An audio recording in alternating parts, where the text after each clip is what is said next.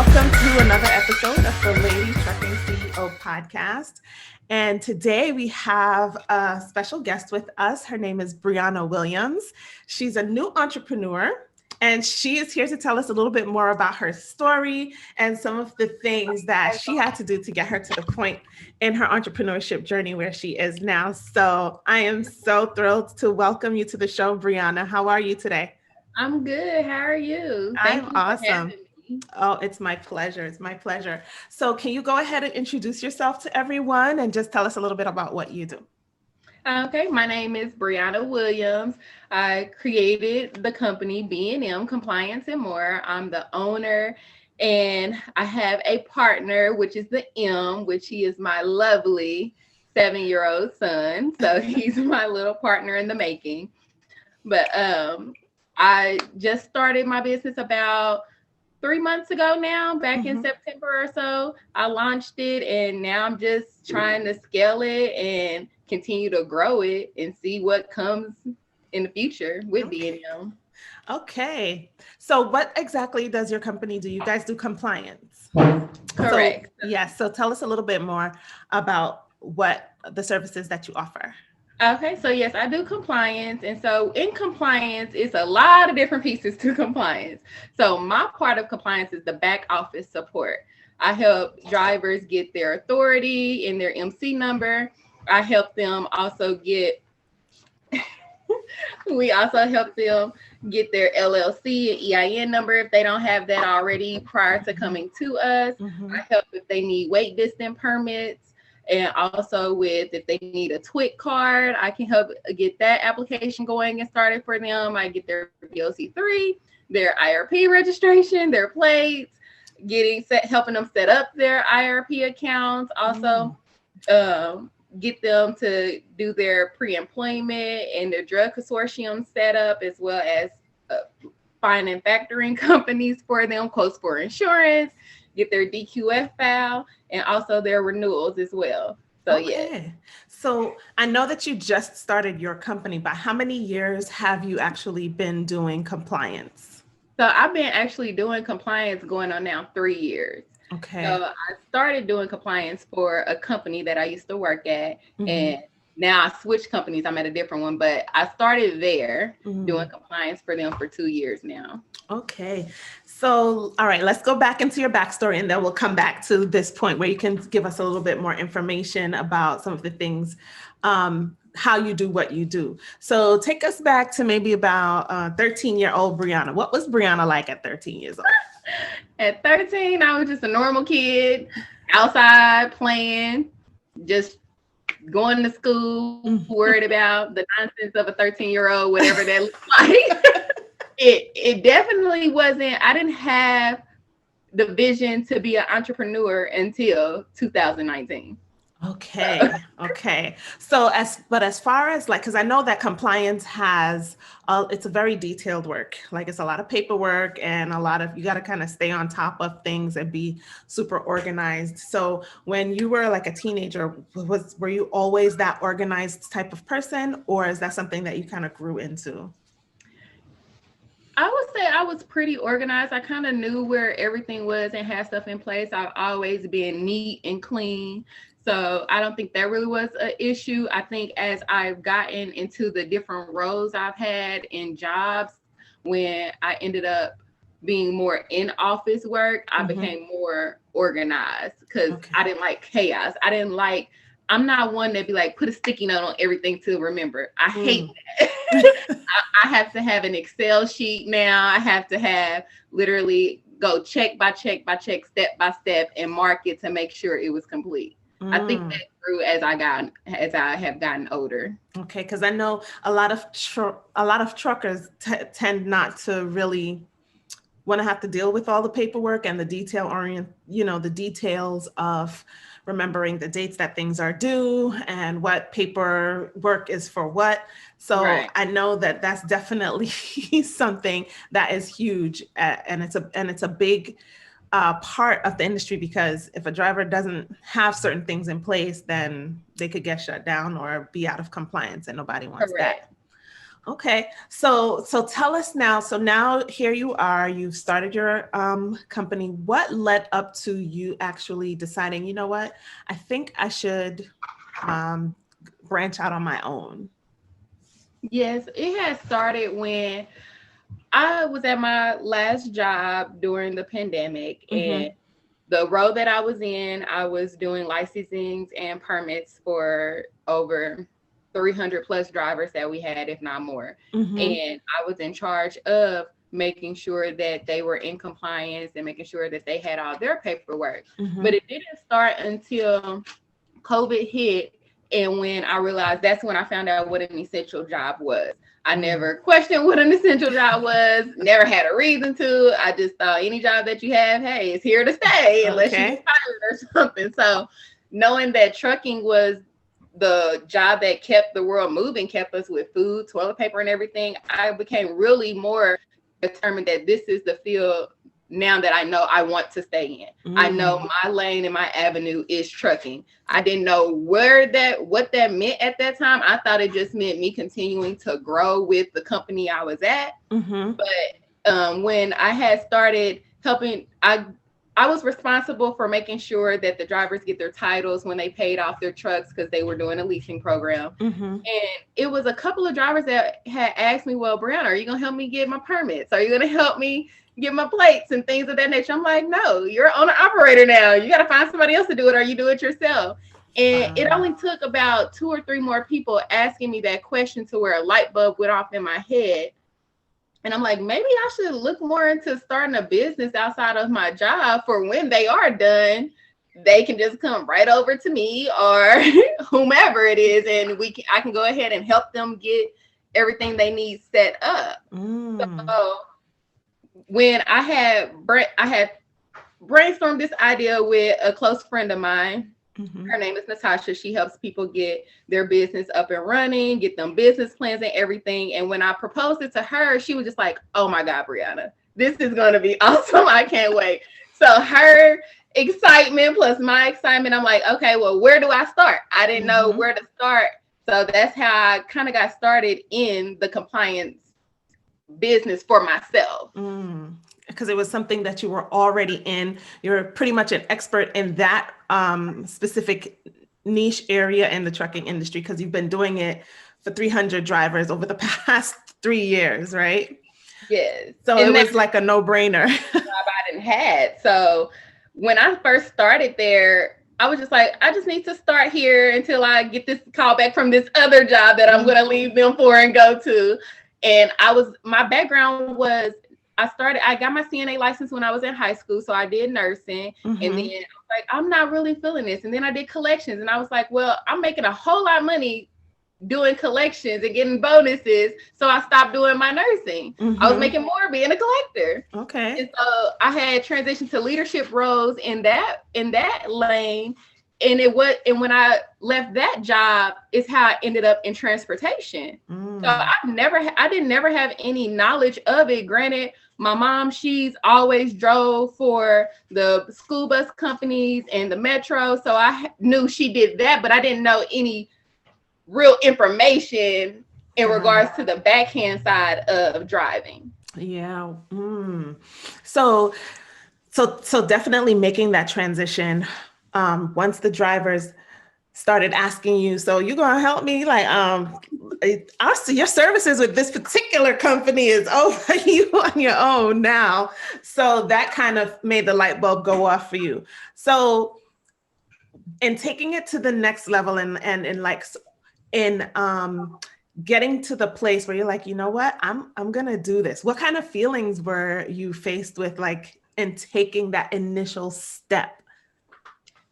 I was very excited because the thing about it is I was seeing how great my company can be and will be, because I'm taking it into existence. Exactly. So I see how great it will be. And so that was exciting for me, but at the same time, it was very scary. So the steps that I had to take, luckily having somebody that was helping me with the business plan and to come up with getting started, because I didn't know where to start, what to do, or what I needed to do. So she gave me homework assignments. We met probably twice a week or once a week, and she gave me homework assignments each week to complete, even just as starting with getting my LLC, my EIN number, getting me a domain, creating a website. Like those was just the small things that I started, as well as researching to see who else is out here. I did not know I felt like I just entered into a whole nother community.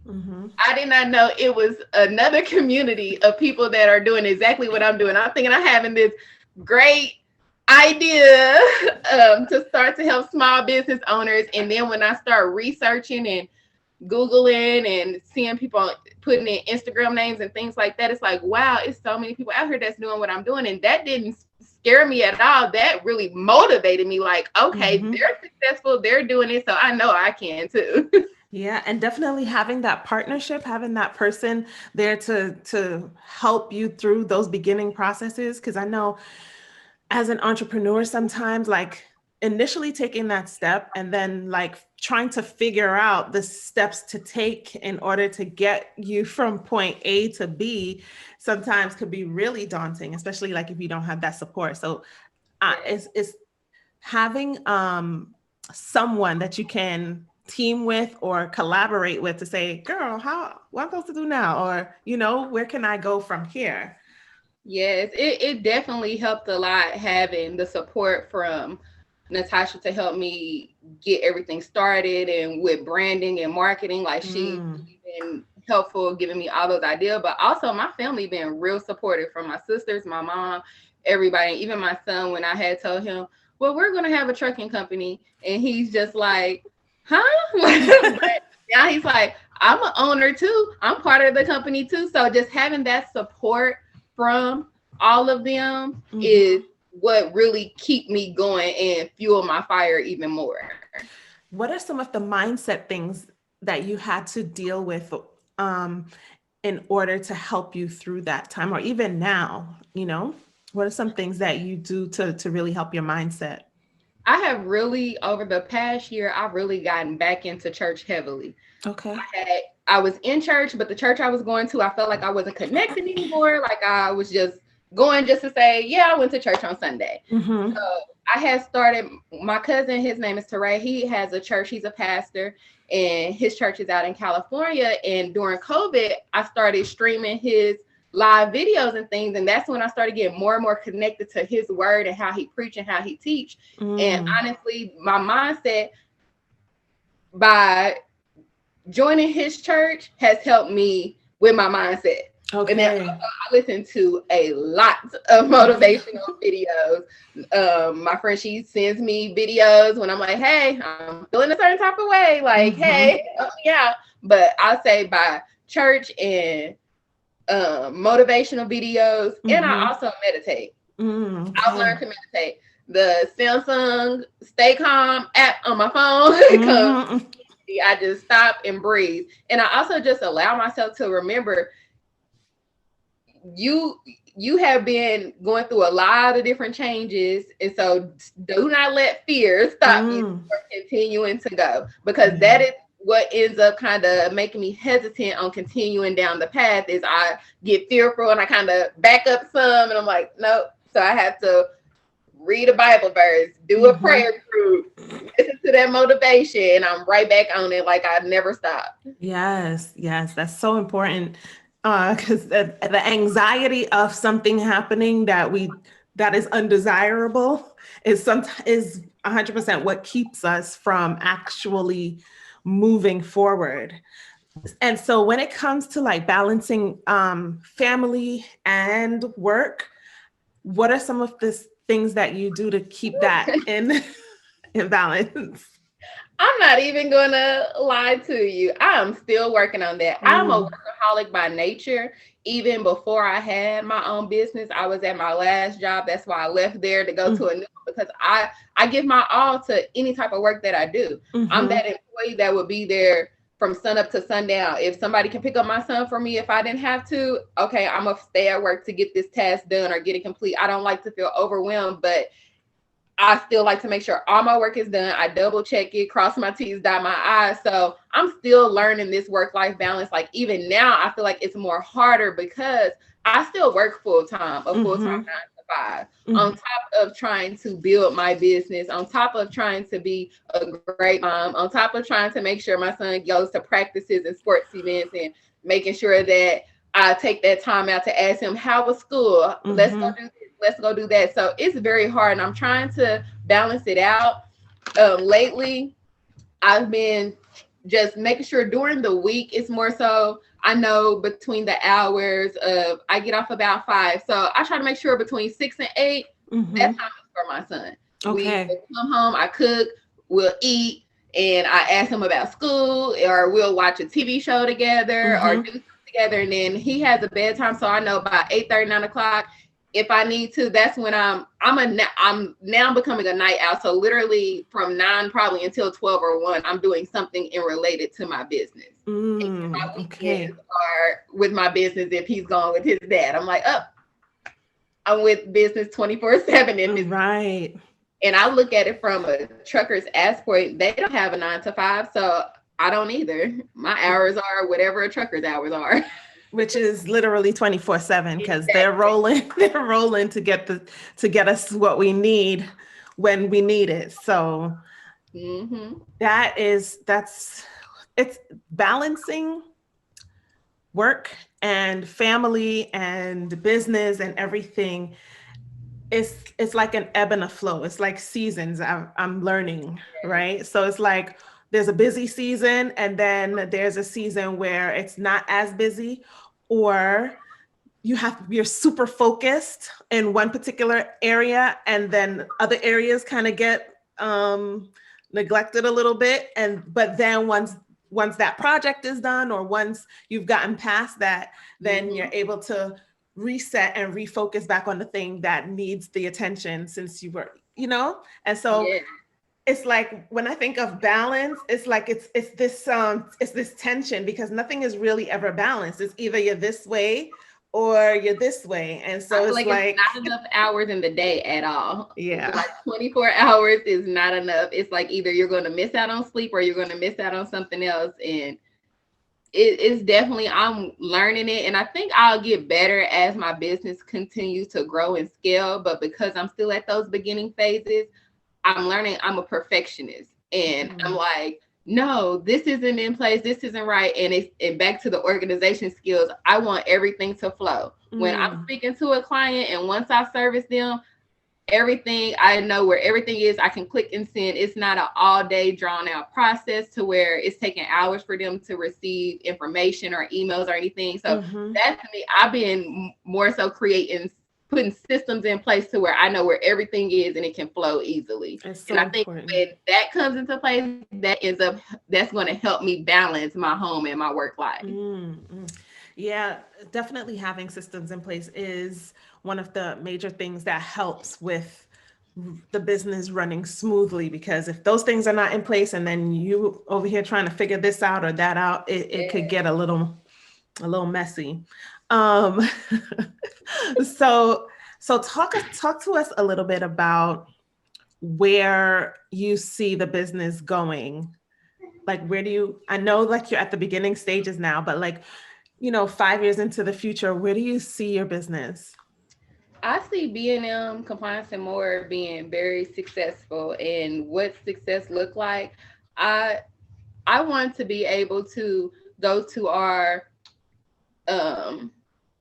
workforce buildings that we have here and be able to provide my services to high school kids, like a program, like how I got my CNA in high school, and how you can get your culinary license and things like that. I would love for B&M back office support to be one of those programs. So when they graduate, they are able to go right into either doing it for themselves as their own business, or going on and being able to get hired on with another company to where they have that experience already.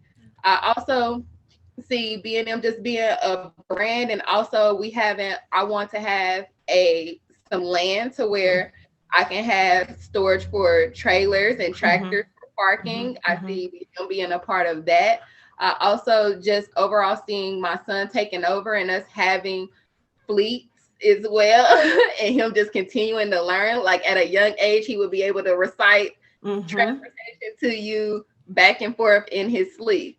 And I also Wow. see myself being a CDL driver. That's something that I have on my 2022 goals, is to try to obtain my CDL, and also having recruiting under B&M as well, to where we can help smaller trucking companies find qualified good drivers, not just Mm-hmm. any type of drivers. Right, So right. that's where I see B&M in the next 5 years.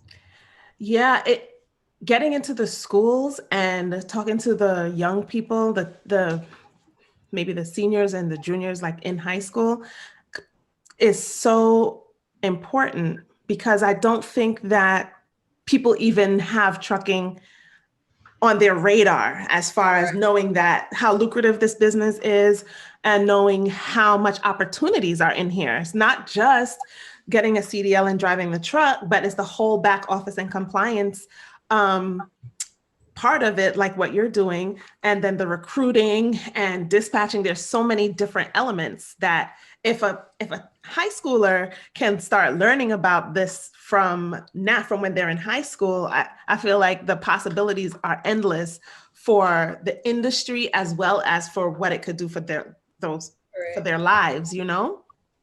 I totally agree. I feel like we don't know what all goes into running a trucking company or how they Mm-hmm. are successful. So if we have those resources of that, what happens on that back end, Mm-hmm. a lot of people Mm-hmm. will be very profitable and be very successful in ways they can start businesses in case you don't want to drive a truck, like you said. So Mm-hmm. I think it would be a very good thing if it is more put into the schools as programs and things of that nature. And it'll help people, kids determine, okay, if college isn't the right avenue for me, here's something else that I can do. And it's teaching them Exactly. also at that age that you don't have, when you get out of high school, you have something to look forward to. You have some goals already written down, especially Mm-hmm. if a lot of these kids nowadays, they are wanting to be entrepreneurs in Yeah. this time frame. So it helps them go towards those goals at a younger age versus wait until you're 34 like me to start. Or in your 40s, you know, Right? until you're like, okay, This ain't working. it's there's something is not, two and two is not making four right now. So what's going Yeah. on? Yeah, entrepreneurship is definitely, it's not easy, as you said. And I think that that's something that people should know up front. But you have to be a Correct. certain type of person, I feel, to take that step and to stick with it because things get hard, times get hard, and sometimes you have to make hard decisions in entrepreneurship that you don't necessarily have to deal with or think about when you're 9 to 5. So when you were breaking down about how you manage the time part of it, you have your 9 to 5 and then the time for your family and then everything else after that is building the business. What type of mindset did you have to come to in order to make that work for you?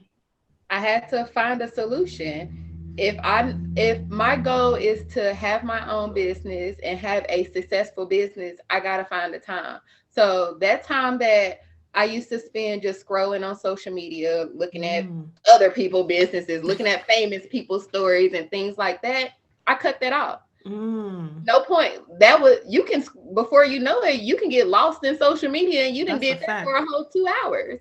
So stuff like that I cut off. And also because I'm still working in transportation at a Mm-hmm, transportation company, I'm still learning. I'm mm, still helping my business. So mm-hmm, anything that I'm learning, even at work, I have a notebook sitting right next to me at my desk at work, where if I learn something at that job that's beneficial to my job, I'm taking it down, writing notes. I'm mm, still literally the same thing that I do, that I am doing for my clients, I do at my 9 to 5. So I'm continuing to learn. And that also helps me when it comes to working on my business. I take my laptop to work with me. My breaks now, I, I get two 15-minute breaks and an hour lunch. mm-hmm, All of those breaks consist of now something on my laptop. I go right in, mm, pull my laptop up. I take my mouse pad, my wireless mouse and all. I'm working on my business. So any free time that I have, that's what I'm navigating to do to make sure I'm not falling behind and I'm staying on track with the goals that I have set. It's just you have to, that the mindset that you have to have is whatever BS that you were doing that was not making you money, move it and throw it away and make room for the stuff that's going to make you money. Exactly. Your story is resonating because you literally have to cut things out that is not helping you, is not moving you forward, you know, and making those sacrifices now will eventually, I believe they will eventually pay off if you stay consistent, you know? And I think some people get it twisted sometimes and think that if they're going into entrepreneurship that they have to quit their job. No, you don't have to quit your job right just yet. And, you know, I love what you said when you said that you're still learning and being a lifelong learner and being able to learn the skills that you need and put it right in your business is definitely something that a person can do now, even in their regular 9 to 5, you know? I believe I'm always going to be learning, even though I've been doing this now for 3 years. Doing it on my own is so much more that I still even had to learn. Yes, I knew what a DQF file was because I had to do it for them. Yes, I knew how to run a PSP, a MDR report. I know how to do all of that. But because now I'm doing it on my own, I'm learning more things that come into place with it. It wasn't as simple as doing it for an employer. Exactly. So it makes a complete difference. That's why I say, even though I've been doing it, I still learned a lot. I didn't been to a conference already because I felt like I still needed to learn more. And some people was like, why are you going? You already know this stuff. No, I feel like it's more that I needed to learn in regards to back office support from individuals that have already been doing it. Right. And just being able to tap into those conferences and those resources, building those relationships, meeting those other people that are in the industry could be a real game changer for your business. It really but when I just started, I have already made partnerships. I've already connected with people and network. And just I learned I was going to do a different route, do a virtual route, but I wanted to be in person because I felt like if I did the virtual route, I could not have made those physical connections. And I wanted everybody to put a name with the face. I didn't want y'all to only be like, oh yeah, that's B&M Compliance and More. She joined virtually. No, by me going in person, I was able to shake hands and meet people, pass out cards, get cards. Now I know who I can, if I need a dispatcher, I know somebody I can send people to. If I need a consortium, I know people I can send them to. If you're looking for a driver, I can send them there. So going to the conferences are very beneficial, even if you go to some and you feel like you didn't learn anything. You learn how to network. And me, I'm not a conversation starter, but once I'm in the conversation, I know how to keep talking and keep going. I'm just trying to get it started. Well, you're doing pretty good because, like, you know, being able to put yourself out there and getting past that initial fear of saying something or, you know, making that connection, it's like it could be so hard sometimes. So, but when you mentioned about like just you got to make it work, and what came to mind is no excuses, zero. Don't give yourself any excuse to not do it or not keep your word to yourself and to that vision that you have for yourself and your business. Like, don't give yourself the out or the excuse to say, I don't feel like doing it today, or I'm tired or whatever. And it's not to say that you're not going to feel tired sometimes. Of course, we're human, but it's like making that extra effort. It's like putting it's like paying it forward and then reaping the rewards on the back end, you know? Yes. Miss Camille, when I say disciplining yourself is huge when being an entrepreneur. It's huge. It's also one of the hardest parts. Just putting it out there. I agree with you 100%. I have had to discipline myself so many times. It was like, well, you feel like going to go hang with your friends, but you don't feel like making this post for your promotion, or you don't feel like doing this for your business, but you feel like, oh, I have these talks to myself like I'm talking to my child. Like, no, you're going to do it right now. And also setting time limits too. So on the weekend, if I know I have other things to do, and I just, because you also have to know when to stop working and shut down and relax your body and your mind. And that's also something that I'm learning as well. So I discipline myself by spend 2 hours doing this, and that. I make a task list in my phone, on my notebook, and when you finish those tasks, you can be done. You can go watch TV, you can go hang out, you can go do whatever you want to, but finish at least these tasks first before you just call it a day, because it is important to relax. I did just learn that here recently. My body just was so tired, and when I say I had to take the whole weekend to just lay down and relax and sleep, because I overdid it. I worked 9 to 5, deal with the kids, deal with the business, and my body just like, no, you on pause. Body was over there like, girl. Yes. It stopped me really quick in my tracks. What you doing? What we doing? Yes, your body will tell you when it's time to sit down, and you have to listen to your body. If you're not taking care of yourself, you're no good to anybody. That not is even so true. Not even your clients. That is so true. That is so true. Taking care of yourself, like that whole self-care piece, getting enough sleep, like stopping. It's 3 o'clock in the morning. You're trying to get whatever done that you really want to get done. And typically you're supposed to get up at 5. It gets a little crazy. I'm not even gonna lie.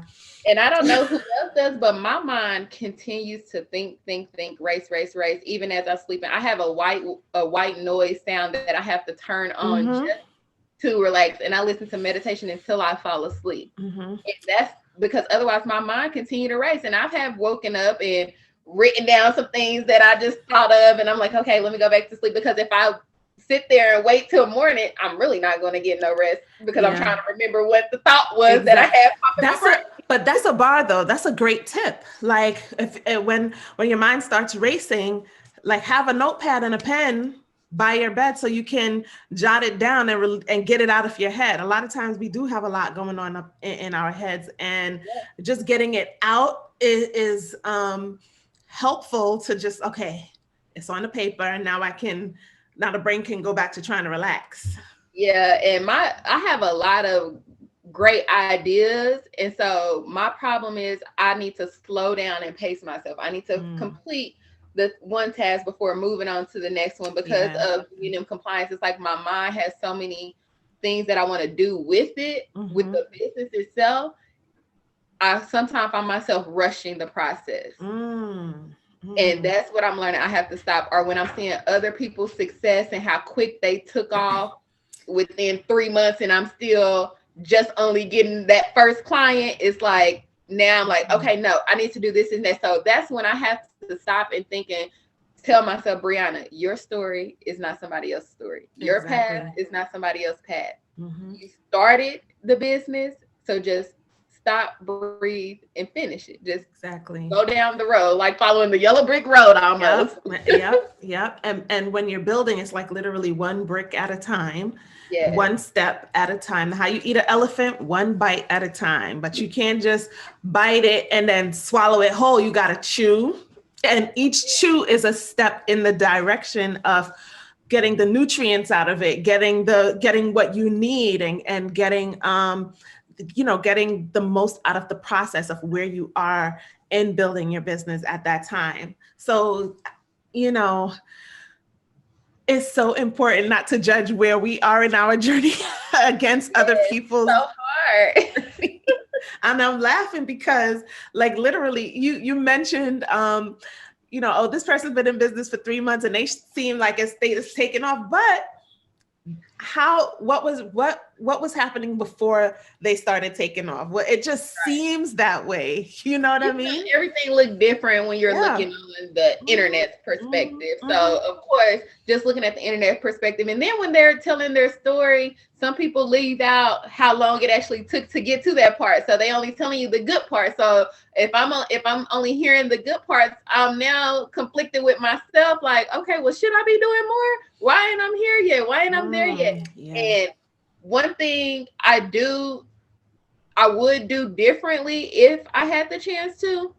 I would have probably did way more research before starting, just to make sure I did know how to grow a business and how to scale a business.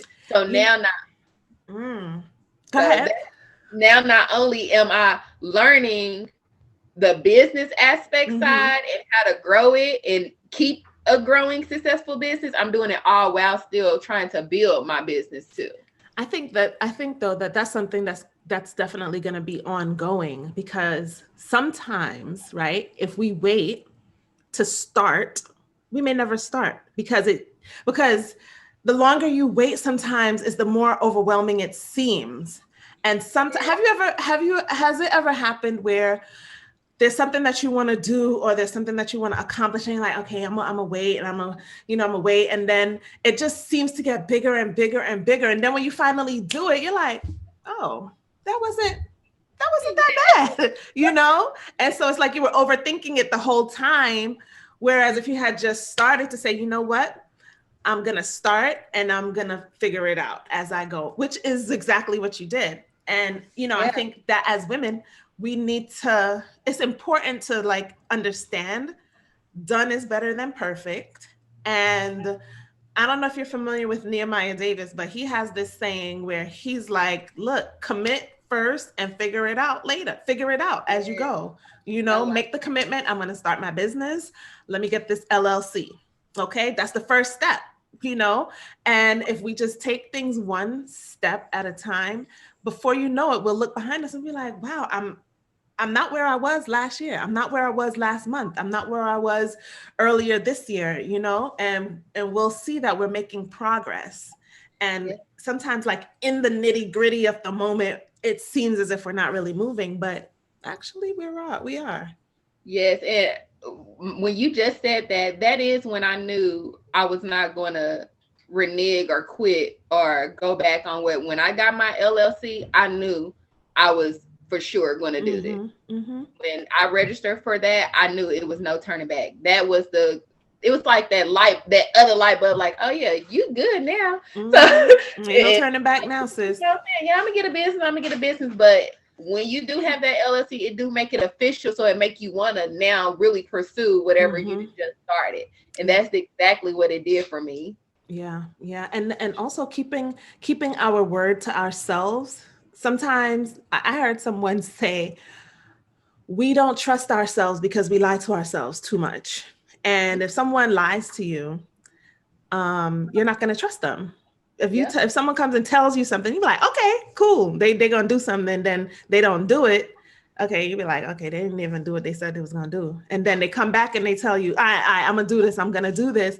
And then they don't do it again. Then you're going to be like, oh, this person is a clown. They lying to me. But how many times do we do that to ourselves? We tell ourselves, okay, I'm going to get up early this morning and meditate.